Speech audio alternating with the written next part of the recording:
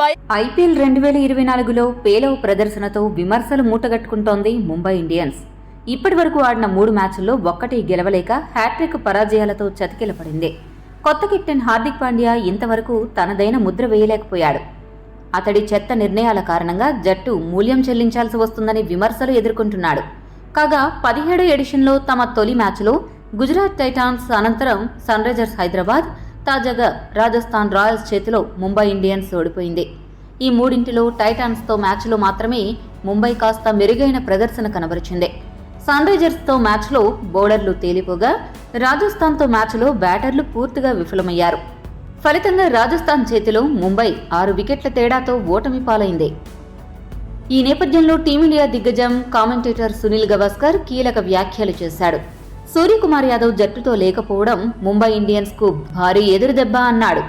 అతడు గనుక అందుబాటులో ఉండి మ్యాచ్ ఫలితాలను ఖచ్చితంగా ప్రభావితం చేసేవాడని గవాస్కర్ అభిప్రాయపడ్డాడు. ముంబై ఇండియన్స్ సూర్యకుమార్ యాదవ్ సేవలను ఖచ్చితంగా మిస్ అవుతోంది. సూర్యకుమార్ ఉంటే 3వ స్థానంలో బ్యాటింగ్ వచ్చి దూకుడుగా ఆడుతూ ప్రత్యర్థి జట్టు బౌలర్లపై ఒత్తిడి పెంచుతాడు. కానీ ప్రస్తుతం అతడు జట్టుతో లేడు. అతడు త్వరగా తిరిగి రావాలని ముంబై ఇండియన్స్ బహుశా గట్టిగా ప్రార్థిస్తూ ఉంటుంది. ఎందుకంటే సూర్య ఉంటే ఖచ్చితంగా ఫలితాలను తారుమారు చేయగలడు. అతడొక గేమ్ చేంజర్ అని సునీల్ గవాస్కర్ వ్యాఖ్యానించాడు.